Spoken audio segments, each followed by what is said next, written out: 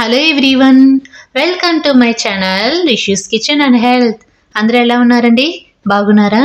ఈరోజు మనం 2-in-1 లడ్డూని తయారు చేసుకోబోతున్నాము. 2-in-1 లడ్డు ఏంటా అనుకుంటున్నారా?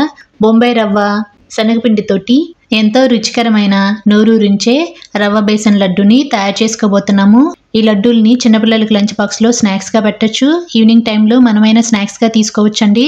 ముందుగా స్టవ్ వెలిగించుకొని ప్యాన్ పెట్టుకొని దాంట్లోకి 1 టేబుల్ స్పూన్ నెయ్యి వేసుకొని నెయ్యి కరిగించుకున్న తర్వాత 1 కప్పు బొంబాయి రవ్వ, అదేనండి సూజీ రవ్వ అంటాం కదా, ఆ రవ్వ వేసుకొని లో ఫ్లేమ్లో బొంబాయి రవ్వని దోరగా వేయించుకోవాలి. అంటే మంచి సువాసన వచ్చేంత వరకు వేయించుకోవాలండి. లో ఫ్లేమ్లోనే వేయించుకోవాలి. మీడియం ఫ్లేమ్ కానీ చేంజ్ చేశారంటే మాడిపోతుంది. ఒక 10 నిమిషాల పాటు ఈ రవ్వని ఇలా గరిటెతోటి కదుపుకుంటూ వేయించుకోవాలి. మీరు కనుక మా ఛానల్ని ఫస్ట్ టైం చూస్తున్నట్లయితే please subscribe my channel and మీ వంతు సపోర్ట్ని మన ఛానల్కి తప్పకుండా ఇవ్వండి. ఇప్పుడు గోల్డెన్ బ్రౌన్ కలర్ వచ్చిన తర్వాత రవ్వని ఒక ప్లేట్లోకి తీసుకొని చల్లారనివ్వాలి. అదే ప్యాన్లోకి 1/2 కప్పు నెయ్యి వేసుకొని నెయ్యి కరిగిన తర్వాత 1/2 కప్పు శనగపిండి వేసుకొని లో ఫ్లేమ్లో శనగపిండిని మంచి వాసన వచ్చే వరకు వేయించుకోవాలి. పిండికి నెయ్యి బాగా పట్టి చిన్న చిన్న రేణువుల్లాగా మారే వరకు కలుపుతూనే ఉండాలండి. కావాలంటే మరొక టేబుల్ స్పూన్ నెయ్యి వేసుకోవచ్చు. దాదాపు నాకైతే 1/2 గంట టైం పట్టింది. ఈ నెయ్యి నుంచి శనగపిండి అనేది ఇలా సపరేట్ అవ్వాలి, బబుల్స్ లాగా ఫామ్ అవ్వాలి. కన్సిస్టెన్సీ అనేది ఈ విధంగా రావాలండి. ఇలా వచ్చినప్పుడు మనం వేయించి పెట్టుకున్న బొంబాయి రవ్వను కొద్ది కొద్దిగా వేసుకోవాలి, ఒకేసారి వేయకూడదండి. నేను ఇక్కడ ఎలా వేస్తున్నానో అలా వేసుకోవాలి, లేకపోతే ఉండలు కట్టి అడుగంటే ఛాన్స్ ఉంటుంది. ఇప్పుడు లో ఫ్లేమ్లో ఈ శనగపిండిలోకి రవ్వ మొత్తం కలిసిపోయే విధంగా గడ్డతోటి బాగా కలుపుకోవాలి.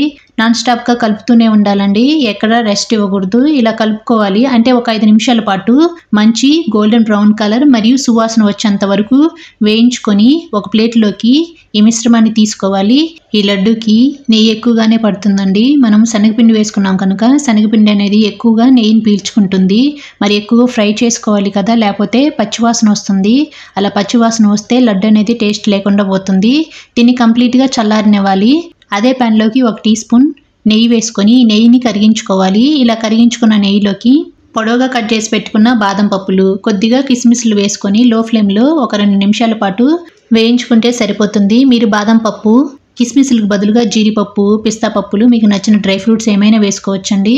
ఇలా ఫ్రై చేసుకున్న డ్రై ఫ్రూట్స్ని ఒక గిన్నెలోకి తీసుకొని పక్కన పెట్టుకోవాలి. అదే ప్యాన్లోకి 1.25 కప్పు పంచదార వేసుకోవాలి. ఇక్కడ మనం 1 కప్పు బొంబాయి రవ్వ, 1/2 కప్పు శనగపిండి తీసుకున్నాం కనుక 1.25 అయితే కరెక్ట్గా సరిపోతుంది. అంటే మైల్డ్ స్వీట్ అన్నట్లు. ఇప్పుడు 1 కప్పు నీళ్లు పోసుకొని లో టు మీడియంలోకి ఫ్లేమ్ని అడ్జస్ట్ చేసుకుంటూ పంచదారని కరిగించుకోవాలి. మీరు స్వీట్ ఎక్కువ తినేవారైతే ఇంకొక 1/2 కప్పు ఎక్స్ట్రా పంచదారని వాడొచ్చండి. తీగ పాకం వచ్చిందో లేదో ఒకసారి చెక్ చేసుకుందాం. ఇంకా రాలేదు. ఇంకొక నిమిషం పాటు ఈ పాకాన్ని కరిగించుకుందాము. ఇప్పుడు చెక్ చేసుకుందాము. అంటే తీగ పాకం వచ్చింది. మరీ ముదురు పాకం అవసరం లేదండి, లైట్ తీగ పాకం వస్తే సరిపోతుంది. స్టవ్ ఆఫ్ చేసుకొని మనం వేయించి పెట్టుకున్న శనగపిండి రవ్వ మిశ్రమంలోకి ఈ పాకాన్ని కొద్ది కొద్దిగా వేసుకోవాలి. ఎక్కువగా వేసుకోకూడదండి, ఉండలు కడుతుంది. కొద్ది కొద్దిగా వేసుకుంటూ చేత్తో కలుపుకోకుండా ఇలా గట్టితోటి కలుపుకోవాలి. శనగపిండి రవ్వ మొత్తం పంచదార పాకంలో బాగా కలిసిపోయే విధంగా 4-5 సార్లు ఇలా కలుపుకోవాలి. ఇలా కలుపుకున్న తర్వాత మూత పెట్టి ఒక 2 నిమిషాల పాటు ఈ రవ్వకి రెస్ట్ ఇవ్వాలండి. ఎక్కువసేపు రెస్ట్ ఇవ్వాల్సినంత అవసరం లేదు, ఒక 2 నిమిషాలు అయితే సరిపోతుంది.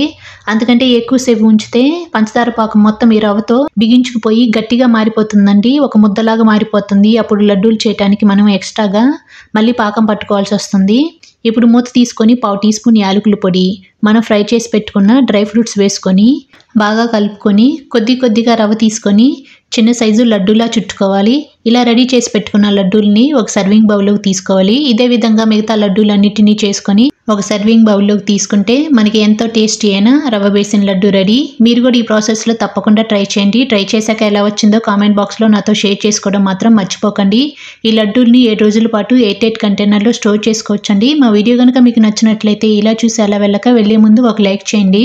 మీ ఫ్రెండ్స్కి, రిలేటివ్స్కి షేర్ చేయండి, కామెంట్ చేయండి, సబ్స్క్రైబ్ చేయండి. Thanks for watching.